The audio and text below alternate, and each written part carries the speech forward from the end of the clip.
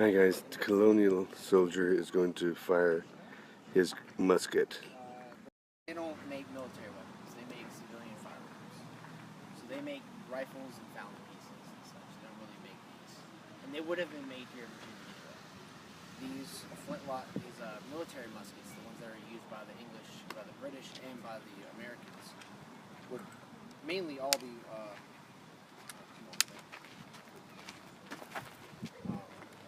made in England. When we first started off the American Revolution, we don't have any type of military supplies that we can manufacture relatively easily, so we use what's already here, what's in the magazine, other places all throughout the colonies, and then we steal it whenever we can find it. So capture it on the battlefield, steal it on the high seas, and that sort. So we just don't manufacture these things, unfortunately. Now during the war, we do have a very minute amount of forges that are actually manufacturing military muskets for the American war effort, but it's minuscule at most. Then the French ally with us, and they just give us all kinds of stuff. So hey, if you want weapons and you want to fight against the English, have at it. Now, this weapon right here is the actual term for it is a short land pattern infantry musket, British short land pattern infantry musket, also known as the Brown Bess. This is the most common you're going to be seeing being used by both British forces and American forces. Then no matter where you get a musket from, if it's American, French, British, Dutch, German, Italian, they're all going to work under the same principle, which is a flintlock. So basically what happens is that you have a piece of stone or flint, it's going to hit this steel causing a spark. That's the ignition. That's going to cause this weapon to actually fire. Now the loading process, which I'll go over here in just a moment, would be something that you would be learning from day one when you enlist into the Army. So you are training to load and fire this weapon constantly, all the time, day in, day out. It's a drill. You're learning all these steps. Now the reason is that we don't need any kind of accuracy because you're just learning how to load your weapon as fast as you possibly can. These weapons are not accurate. These are all smoothbore muskets. They're accurate to maybe 50 to 80 yards. So if you want a visual, maybe to the courthouse doors right there. About the accuracy they have. And it'll hit somewhere in that vicinity of the door. Doesn't mean you're going to hit exactly what you're aiming at. Plus, as some of you have seen, if I keep firing this weapon, what does it produce? Heat.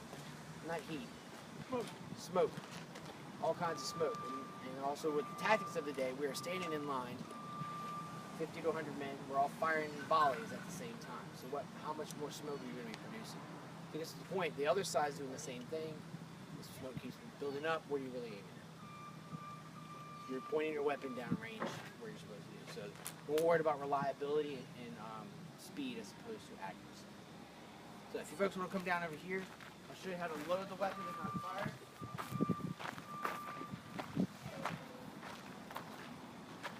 Now, when we're on the field of battle, we're all going to be lined up in a long line. We're going to listen for our commands from our sergeant or captain or lieutenant or whoever. So I'm in the line. I'm just a private soldier. The first command would be, prime man, load. You must bring it up to the left side, step back from the right foot. I'm now in the loading position. I'm going to start loading the weapon. I half cock the fire lock, open it up so I can start loading it or priming the pan. Slap my cartridge box, open it up, take out a paper cartridge. Bite it at the top, spit it out, pour a little bit of powder here in the pan. Shut the pan nice and tight, cast the weapon about to my left side, pour the rest of the powder down the barrel, take out my ramrod, bring it down, turning the ramrod back to the pipes, and back up my shoulder and not loading. So when the sergeant, or whoever the commanding officer sees that everyone has gone back up to their left shoulder, he knows that everyone's loaded and ready to fire. So if you don't have loud noises, now's the time to cover your ears. Next command would be, make ready. Grab the musket, bring it up to the left side, full cock the weapon, I'm now loaded and ready to fire. Present, brings up the weapon down range, stepping back to my right foot. And that last one, fire. Recoil.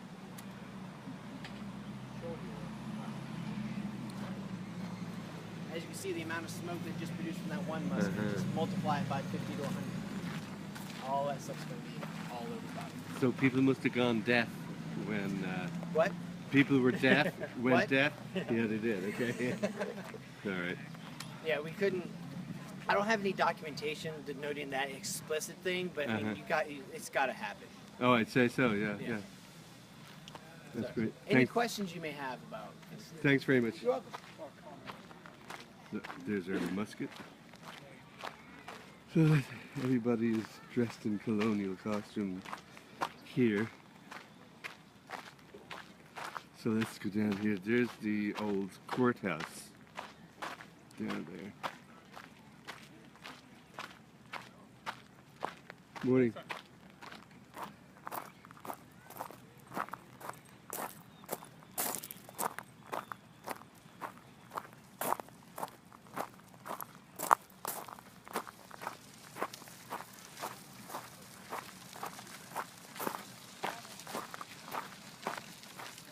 This is the old colonial flag here.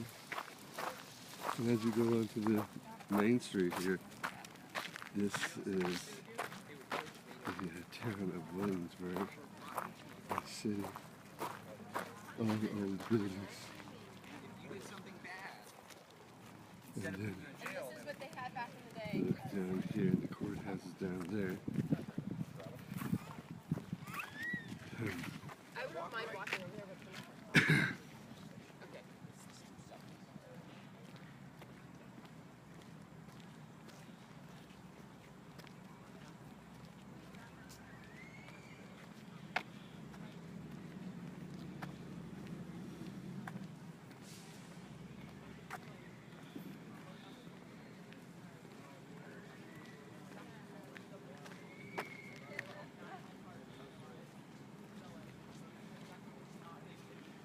Okay, I'm going to finish this now and take more later on.